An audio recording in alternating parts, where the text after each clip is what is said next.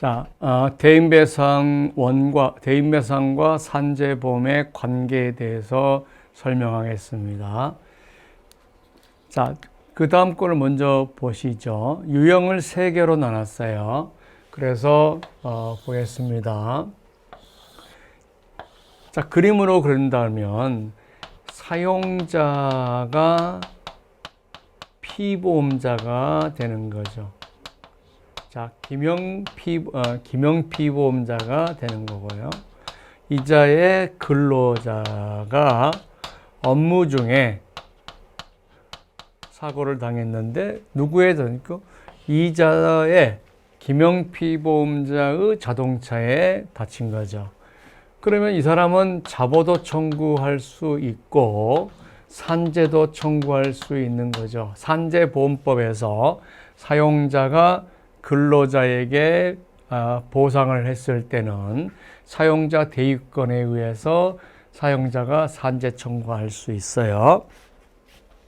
자, 이런 경우죠. 그리고 자, 이자의 다른 이자와 같이, 그러니까 이 사람은 동료 관계에 있죠. 다른 근로자가 운전했을 때이죠. 그러면 자, 보겠습니다. 이때 사용자가 지는 배상 책임을 우리가 피용자 재해면책 규정이라고 하죠.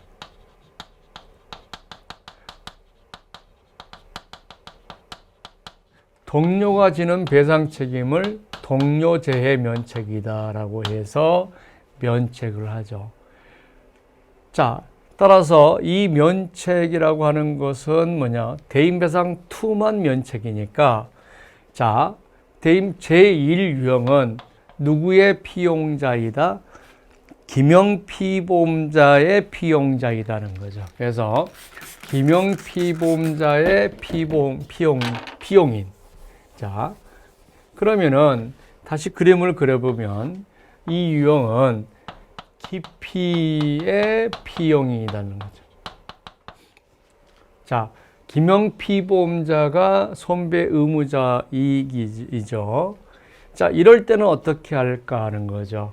자, 대인배상 1이 있고 대인배상 2가 있고 산재가 있다는 거죠. 산재가 있다. 그럴 때, 자, 대인배상 1에 대해서는 대인배상 1을 청구할 수도 있고 산재를 청구할 수 있는데 대부분의 경우는 산재를 청구하고 대인배상 1에 구상 들어가요. 그 다음에 대인배상 2 부분이잖아요. 자, 이 부분은 면책이죠. 자, 그리고 이 부분이 있잖아요. 이거는 추가 청구하는 거죠. 그러니까, 자, 제1유형을 자꾸 그림으로 한번 생각해 보죠. 기피의 피용인이다. 기명피보험자의 피용이니까 기명피보험자가 누구다? 사용자이다 하는 거죠. 그리고 사용자가 기명피보험자니까 사용자 자동차이겠죠. 그리고 이 친구가 지금 예를 들어서 자동차 보험에 들어있다 라고 했을 때 어떻게 외우라고요? 이렇게 외우라는 거죠. 그래서 일반적으로는 어떻게 하냐 하는 거죠. 자, 산재 먼저 청구를 하는데 청구 들어와서 결과적으로는 어떻게 합니까? 이렇게 부담하고 이렇게 부담하고 이렇게 부담하죠. 그죠? 이렇게 되는 거예요. 그 다음에 두 번째 유형이 뭐냐면 여타 피보험자의 우리가 피용인이 근로자라고 해도 되고요. 그 다음에 제3유형이 자, 배상 의무자하고 사용자가 다른 거죠. 이 사용자의 근로자, 피용인이 이 사람 때문에 다친 거죠. 자, 이 세 개의 유형을 그려놓고, 근데 이거는 보세요. 자, 기피가 있고, 허피가 있단 말이죠. 그 다음 이자의 피용인이잖아요.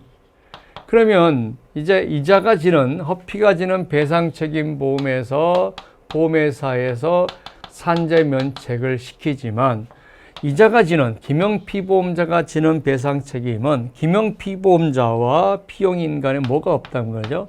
고용관계가 없다는 거죠. 고용관계가 없다는 얘기는 뭐예요? 기피는 자동차 보험밖에 청구 못하고 산재 청구가 안 돼요. 이 사람은 산재 청구가 다 되지만, 그래서 피보험자 개별 적용을 해서 결국은 대인배상 1, 2에서 다 주기 때문에 이거하고 이거가 결과적으로는 동일한 결과가 되죠. 그래서 세 개로 나누지만 결과적으로 크게 본다면 다시 두 개로 구분할 수가 있는 거죠. 자, 요거는 뭐예요? 자, 기피가 있다는 거죠. 자, 피보험자가 있다는 거죠. 사용자가 있어요. 이자의 업무 중이죠. 근데 이렇게 치웠잖아요. 그죠? 그러면 만약 산재 처리한다면, 자, 이 보험회사에 100% 구상 들어가겠죠. 1이나 2나. 그래서 이 경우도 피보험자 개별 적용에서 1, 2를 줘야 되면 산재에서 보상해주고 보험회사에 1, 2나 모두 구상 들어가는 거하고, 그죠? 그래서 두 개가 피보험자 개별 적용을 하면 결과적으로 이거와 똑같이 돼버린 거죠. 자, 그러면 이걸 그림으로 또 한번 그려볼까요? 자, 요 그림으로 한번 그려볼게요. 이 두 개의 그림을. 이제 결과적으로는 이 두 개의 그림이 똑같다 그랬으니까, 자, 그림을 잘 보세요. 자, 1, 우리가 2다 이거죠. 근데 산재가 이렇게 됐다는 거죠. 자, 1이고, 이게 1이고, 이게 2예요. 자, 산재에서 먼저 보상해주고 전액 구상일 들어가는 거죠. 그러니까 산재에서 먼저 해줬으면 구상 들어간다는 거죠. 결국 부담은 누가 한다? 자보에서 다 한다는 거죠. 자, 일직선으로 오는 것이 이상유형이라 그러면 이렇게 산재 대면, 이게 산재 면책이고 이 부분이 산재 면책이다라고 생각하시면 되죠. 자, 뭘로 이해하시라고요? 그림으로 이해를 하시면 돼요. 그러면 극단적으로 생각하면 김영피보험자의 피용인, 김영피보험자의 피용인을 제외하고는 전부 다 산재 처리했더라도 다 구상 들어간다. 이렇게 하면 되겠죠. 그러니까 뭐 이렇게 어렵게 공부하실 필요가 없어요. 기본적인 개념을 이해하고 기본적인 그림을 이해하고 그 다음에 암기를 해야 되는데 무슨 내용인지도 모르고 자꾸 읽어봐야 머릿속에 들어가질 않는다는 거죠. 그러니까 항상 이 그림으로 공부하시면 돼요. 자, 제1유형은 뭐예요? 빰빰빰. 제2유형은 일직선. 그죠? 제2유형과 제3유형은 일직선. 산재에서 들어가면 다 구상 들어오고 추가 청구하고요. 그죠? 그래서 요거 산재 면책 요거죠. 요 그림만 두 개의 패턴만 공부하시면 산재는 끝났어요.